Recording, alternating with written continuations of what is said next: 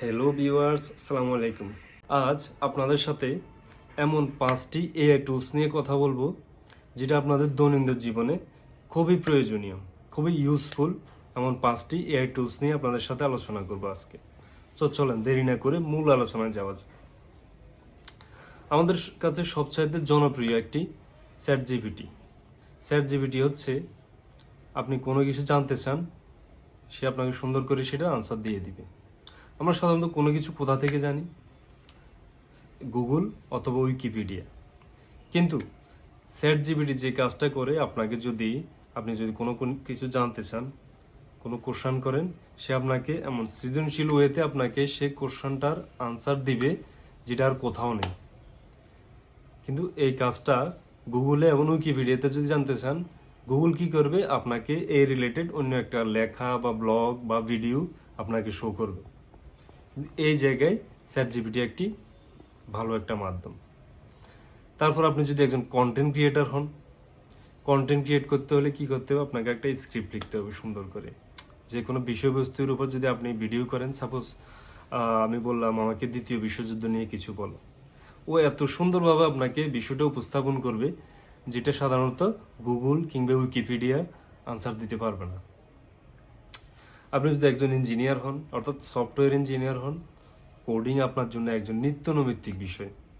Coding করতে করতে ইঞ্জিনিয়াররা একদম হাঁসফাঁস হয়ে যায়। এমন তো অবস্থায় আপনাদের জন্য একটা আশীর্বাদের বিষয় হচ্ছে চ্যাট জিপিটি। আপনাকে সে সংক্ষেপে আপনার কোডিংগুলো করে দিবে আপনার হয়ে। আপনি যদি একজন স্টুডেন্ট হন, শিক্ষার্থী হন, আপনার হোমওয়ার্ক, আপনার অ্যাসাইনমেন্ট, আপনার থিসিস পেপার, সে আপনার বিষয়বস্তুর উপর সুন্দর করে আপনাকে এই কাজটা করে দিবে। আপনি চাইলে তার সাথে কথোপকথনও করতে পারবেন, রোমান্টিক কথাও বলতে পারবেন, সে সুন্দর করে উত্তর দিবে।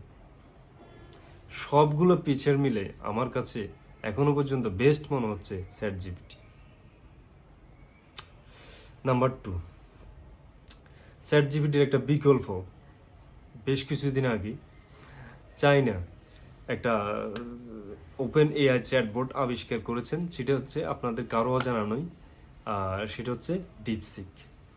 ডিপসিকটা কি? ডিপসিক হচ্ছে চ্যাট জিপিটির ঠিক আপডেট ভার্সন। অর্থাৎ চীনকে মার্কিন যুক্তরাষ্ট্র সিপ দেওয়া বন্ধ করে দিয়েছিল, যে সিপ দিয়ে এআই ইয়েগুলা ডেভেলপ করা হয়। তৎক্ষণাৎ চীন যেটা আবিষ্কার করলো, নিজেদের প্রযুক্তিতে একটা এআই সিস্টেম চালু করলো, সেটার নাম দিল ডিপসিক।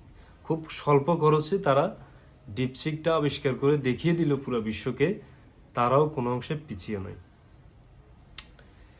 ডিপসিক ঠিক চ্যাট জিপিটি যা করে, ও ঠিক সেই কাজগুলো করে, কেবল আর একটু আপডেট ওয়েতে, স্বল্প সময়ে স্বল্প খরচে এবং অনেক বেশি ক্রিয়েটিভ ওয়েতে।